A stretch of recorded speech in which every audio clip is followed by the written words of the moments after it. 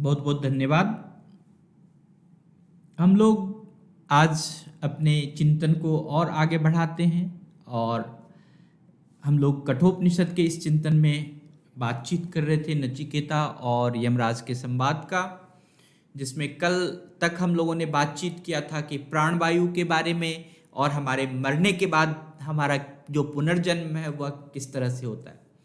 लेकिन आज जो हम लोग चर्चा कर रहे हैं, अब एक दूसरे पहलू पे चर्चा कर रहे हैं जिससे कि हमें ईश्वर को समझना, ब्रह्म को समझना और भी हमारे लिए आसान हो सकता है अगर हम थोड़ा सा इसमें अपने चिंतन को और भी आगे डालें।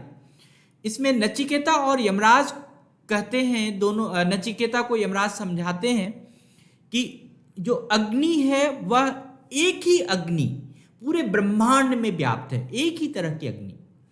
इसी तरह से जो वायु है, जो वायु की अवस्था है, जो हवा की अवस्था है, वह संपूर्ण ब्रह्मांड में एक तरह से समरूप है। और जो सूर्य की अवस्था है, जो सूर्य है, वह भी संपूर्ण ब्रह्मांड में एक ही तरह से प्रकाशवान करता है, एक ही तरह से प्रकाश फैलाता है।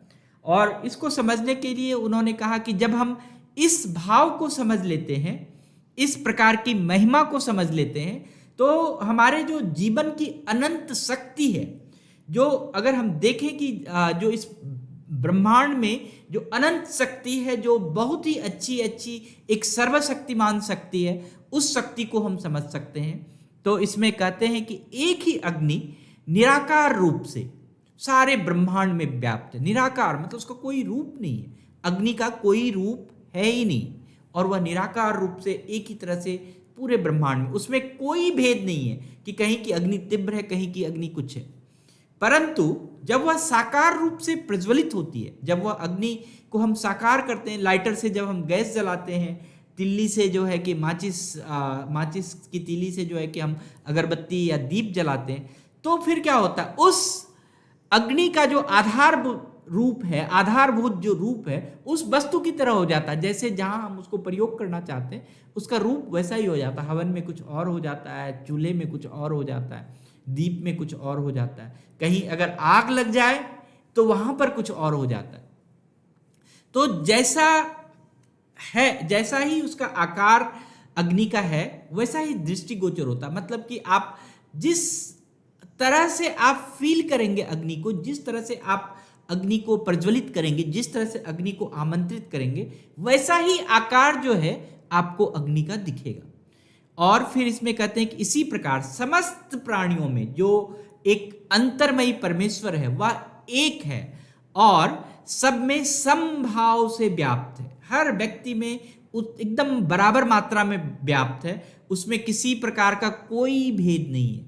जैसे अग्नि हर जगह व्याप्त है, उसी तरह से परमात्मा भी हर आत्मा में हर जगह व्याप्त है।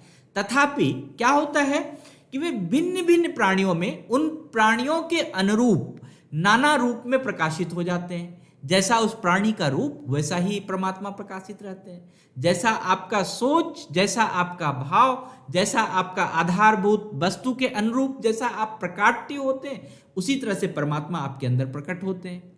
वास्तव में हम अगर देखें तो उन परमात्मा की महत्ता इतनी ही नहीं है, इसमें बहुत अधिक विलक्षण शक्ति है, इसमें अनंत शक्ति है।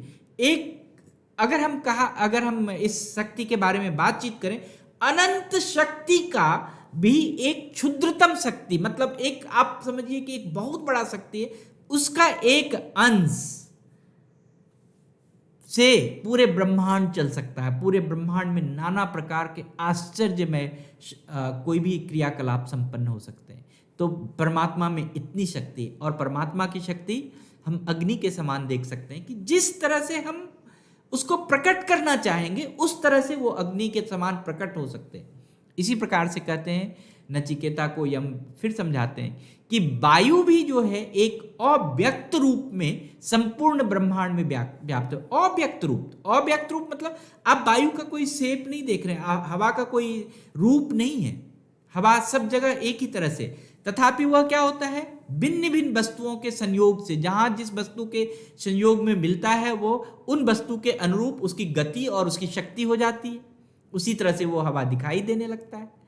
उसी प्रकार से समस्त प्राणियों में जो अंतरमयी जो परमात्मा है, वो क्या होता है, एक होते हुए भी उन प्राणियों में पृथक पृथक शक्ति और गति देता है। हर व्यक्ति, हर प्राणी की शक्ति, हर प्राणी की गति जो है कि वो अलग अलग है, किंतु वह उतना ही नहीं है, सबके भीतर जो है वो अनंत, असीम, विलक्षण रूप से उत्पन्न है। आप ये मत सोचो कि आपका जो शक्ति है, जो आपकी प्राण शक्ति है, जो आपकी वायु शक्ति है, इतनी ही है। इसके अंदर असंख्य असंख्य असंख्य संभावनाएं। आपको खुद उस परमात्मा को जागृत करना होगा, जिससे कि ये शक्ति जो है आपके अंदर आए और वह शक्ति आपको व्याप्त हो।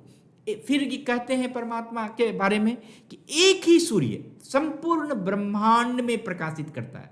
एक ही सूर्य है जो पूरे ब्रह्मांड में प्रकाशित करता है। उसका प्रकाश प्राणी मात्र के आंख के लिए सहायक है, कि आप आंख, अगर प्रकाश नहीं हो तो आंख की कोई जरूरत ही नहीं, और जब प्रकाश है तभी आंख की जरूरत है। उस प्रकाश की सहायता से लोग नाना प्रकार के गुण, दोष, हर तरह के गुण काम, अच्छे काम, बुरे काम आप करते हैं, परंतु सूर्य उनके नेत्र द्वारा किए जाने वाले नाना प्रकार के बाह्य कर्म दोषों से तनिक भी लिप्त नहीं है। सूर्य आपको सिर्फ प्रकाश देता है। कर्म तो आप अच्छे बुरे जो कर्म कर रहे हैं उस प्रकाशवान में वो आप कर रहे हैं। सूर्य कुछ लिप्त नहीं है, आपको वो नहीं कहता कि आप ये करो, अच्छा करो या बुरा करो, ये तो आप खुद करते हैं।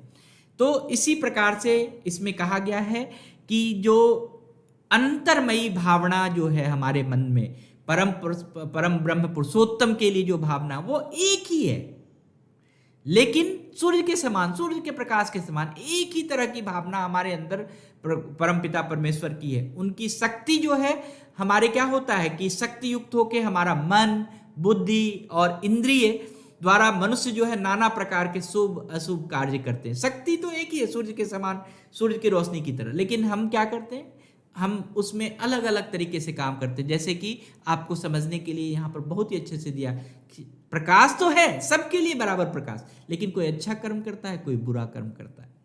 तो इसमें कहते हैं कि जो भी फल स्वरूप है, इसका जो फल स्वरूप है, जो सुखद फल है या दुखद फल है, उसी को हम भोगते हैं, उसी को हम आगे ले जाते हैं, परंतु वह परमेश्वर आपके कर्म या आपके दुख में लिप्त नहीं है, वह आपके कर्मों में लिप्त नहीं। आप कहिए कि ईश्वर के कारण हम जो है कि दुखी हैं, ऐसा नहीं है। वो आपके दुख में लिप्त ही नहीं है, ना ही आपके सुख में लिप्त है। वो सिर्फ आपको एक रे दे रहा है, एक रोशनी दे रहा है कि आप जो जिस प्रकार के आपकी इंद्रिय है, जिस प्रकार के मन है, जैसा आप उसमें कंट्रोल करोगे, जैसा उसको आप सही तरीके से चलाओगे, उसी तरह के कर्म का सुख और दुख आपको भोग में होगा। क्योंकि हम जो सर्वथा हम इसका असंग है, मतलब कि हम कहें कि हमेशा सूर्य जो परमात्मा का है वो असंग है, हमारे संग नहीं है, उसका सिर्फ हमारे शरीर में एक व्याप्त है। असंग कहाँ पर है? वो हमारे मन में उसका संग नहीं है, हमारे इंद्रिय में उसका संग नहीं है, वो सिर्फ आपके शरीर में है। शरीर में रहना, आपके पास रहना, हर प्राणियों में रहना, जैसे हवा, वायु और सूर्य का काम है, उसी तरह से वो है। लेकिन इसको जो रूप देना है, इसका जो व्यक्त करना है, वो अव्यक्त करना, वो आप खुद करते हैं।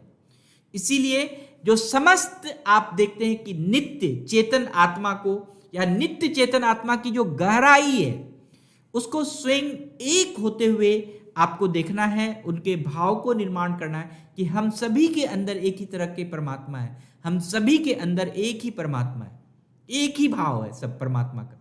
लेकिन उस भाव की जो संगति है, उस भाव का जो सर्वशक्तिमान, उस भाव का जो परम पुरुषोत्तम ज्ञान है, वह आपको अपने अंदर स्थित करना है, तभी आपको परमात्मा देखने लगेंगे और वह परमात्मा आपको देख सकते हैं। अगर आप परमात्मा के प्रति स्थिर नहीं होंगे तो परमात्मा आपके प्रति स्थिर नहीं होंगे। इसी तरह से जैसे मैंने पहले भी एक एग्जाम्पल दिया था, जब आप अग्नि को प्रज्वलित करते हैं, जब तक आपका मन स्थिर नहीं होगा तब तक अग्नि प्रज्वलित हो ही नहीं सकती है। इसी तरह से जैसे वायु है, वायु की जो असीम शक्ति है, जो प्राण वायु की असीम शक्ति है, जब तक आप प्राणायाम, योग जब तक आप उस वायु को आप समझेंगे नहीं अपने शरीर के अंदर, तब तक आप जो है कि उसकी शक्ति नहीं ले सकते। इसी प्रकार सूर्य है, जब सूर्य इतने सारे प्रकाश सबके लिए समभाव से प्रकाश फैला रहे हैं, और हम उसी सूर्य के प्रकाश में हम हर कर्म को संपादित करते हैं, तो कर्म हमारे लिए सबको करना है, लेकिन कोई अच्छा कर्म करता है, कोई बुरा कर्म करता है। इसी तरह से आपको देखना है कि ये जो सनातन परम शक्ति की बात कहती है, जो सदा आपके अंदर स्थिर रहती, इसी को सनातन शक्ति कहते हैं। इसी को सनातन शक्ति कहते हैं कि परमात्मा का आपके अंदर समभाव से स्थिर रहना, इसी को सनातन शक्ति कहते हैं। और यही सनातन शक्ति है और दूसरा कोई नहीं शक्ति है। इसी को हम सनातन धर्म, इसी को सनातन शक्ति, इसी को बहुत अलग अलग नामों से जानते हैं। तो जो जिज्ञासु नचिकेता है, उसको ब्रह्म प्राप्ति का आनंद और शांति की महिमा सुनकर वह मन में कुछ और विचार करता है, और वह फिर आगे मैं आपको बताऊंगी कि उसके विचार किस तरह से जो है शक्ति शेष लय का आधार बनता है, कि आपका जो शक्ति है वह कभी भी जो है कि कभी भी खत्म नहीं होगी, कभी भी उसका खत्म नहीं होगा। वो शक्ति आपके अंदर निरंतर बनी रहेगी। जो इसका आधार है उसके बारे में भी परमात्मा, ये यमराज और नचिकेता का संवाद है, तो उसको हम लोग कल बात करेंगे। थैंक यू, बहुत बहुत धन्यवाद आज के लिए सर।